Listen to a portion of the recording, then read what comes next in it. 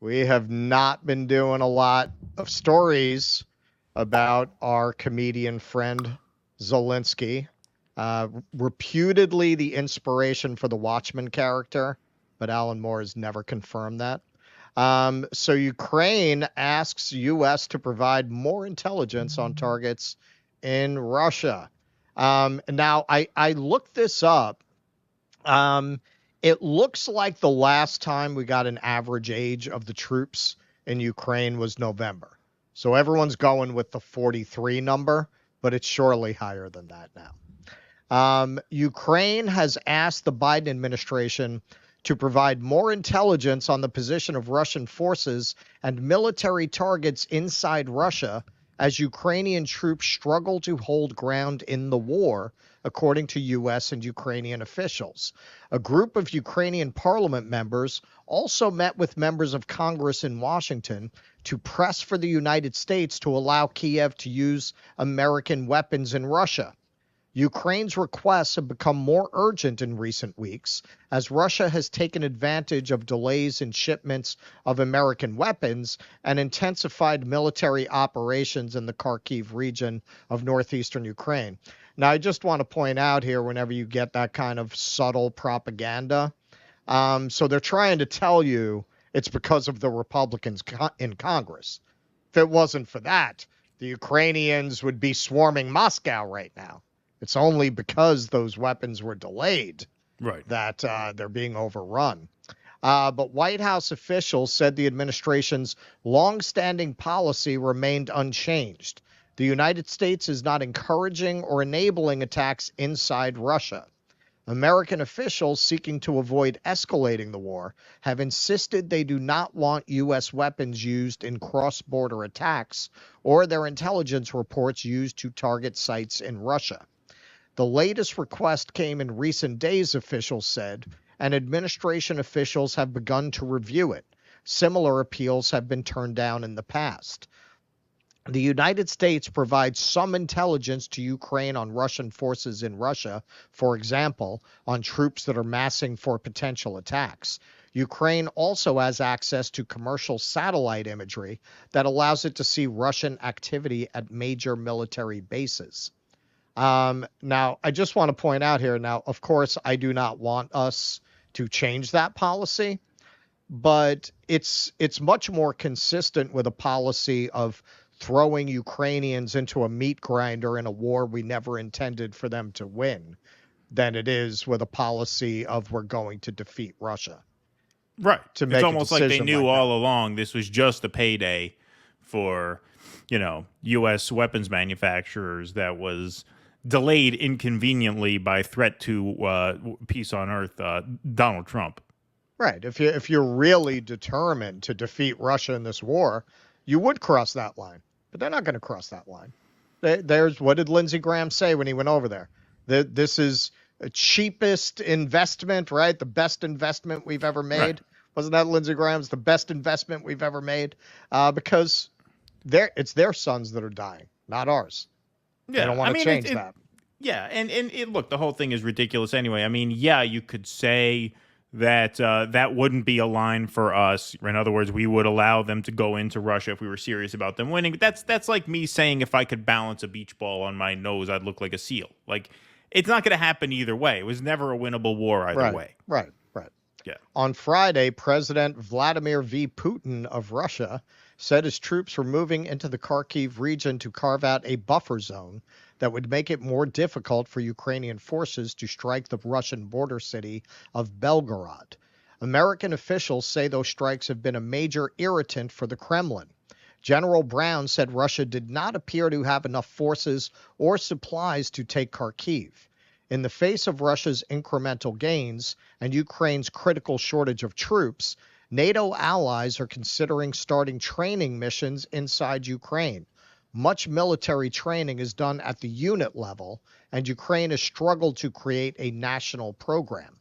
But American officials have cautioned allied governments about sending troops to Ukraine, worried that if Russia targeted them or they were killed in a strike, the alliance could quickly be drawn into a wider war.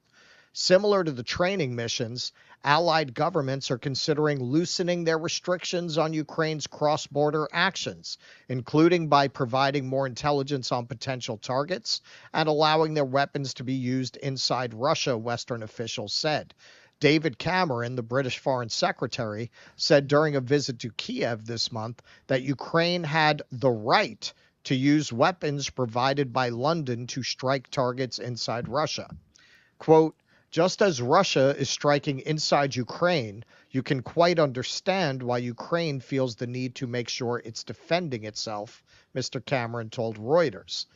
Russia responded to those comments with a threat to strike British military facilities and equipment in Ukraine and beyond. The Kremlin also summoned the British ambassador in Moscow to deliver a message of protest. Elbridge Colby, he was in the Trump administration, a critic of the Biden administration's policies on Ukraine, said the tensions between Britain and Russia over Mr. Cameron's remarks showed the dangers of insufficiently considered escalation. Quote, like in the early years in Vietnam, we are step by step moving toward the erosion of the boundaries that we have set for ourselves, Mr. Colby said. We've been in this for 2.5 years. We're in a war of attrition with Russia, and we're steadily escalating. Is that where we want to be? Well, certainly not, especially when you consider the aforementioned middle-aged army that they're fielding in Ukraine. Now, to be fair, apparently part of the reason for this is they don't have a draft age at 18 because they just recently lowered it to 25. So I'm not sure what it was before. But I know they recently lowered it from 27 to 25. I don't know if it was 27 at the start of the war or if it was older and they lowered it to 27 at some point. But the latest move down was from 27 to 25. So that is part of the reason that their forces are so elderly. And actually, I was reading this article and it said, frankly, that Zelensky was worried about wiping out the future of Ukraine by lowering the recruitment age. Right. As well he should. But if there is an enormous reservoir of young people to still throw into this meat grinder, this could go on longer than it might appear at first glance. Yeah, we were going to do a segment on the new Taiwanese president who takes office tomorrow. We figured we would put that off until midweek since he's going to take office tomorrow as of this recording. That's Monday the 20th. And he was very bullish on independence for Taiwan, which was an antagonistic stance towards China. And he has since moderated his rhetoric in anticipation of actually taking office and maybe getting a little bit of cold feet about starting World War III. There has to come a time where we are willing to admit defeat, because the alternative to that is, as Matthew Ho said when he was on this show, the end of the world. I mean, it really could get to that point. And as for this request that we help them go into Russia, now you're talking about a red line past which Putin has floated the idea of a nuclear response. And you have to ask yourself at this point, for what? I mean, really, you should have been asking yourself for what in February of 2022. You should have been saying for what. That's what I said on the day of the invasion. Why did this happen? I didn't know anything about it whatsoever, except I knew that Russia's 3 demands going in, which had nothing to do with conquering Ukraine and taking over Europe. It was they wanted the Crimea, they wanted independence for the separatist regions, and they wanted a neutral Ukraine. I knew enough to know that those 3 demands could have easily been met to avoid this whole thing ever starting. So, of course, you can't get to a point where now you're talking about going into Russian territory and crossing a nuclear red line for a war that everybody knows by this point has been lost. Almost everybody knew it had no chance to succeed from the outset. That's what was so cynical about this and so evil about this. I've seen videos, we've commented on this show often about how we don't see nearly as many videos of the carnage from that war as we do out of Gaza, occasionally out of the West Bank, tragically and horribly.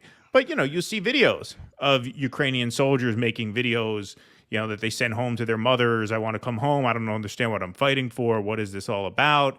I mean, it's a real tragic situation for the ordinary people of Ukraine, which is why it always made sense to me that the pro-Ukrainian position, and by Ukrainian, I don't mean Zelensky, I mean pro-Ukrainian as in, the people, posture yes, that's in the interest of the ordinary people of Ukraine, exactly, should have been that this should have never started, and that, of course, now that the writing has been on the wall for quite some time, we have to wind it down. I hate to say it. I don't want to be a Debbie Downer, but I don't think so.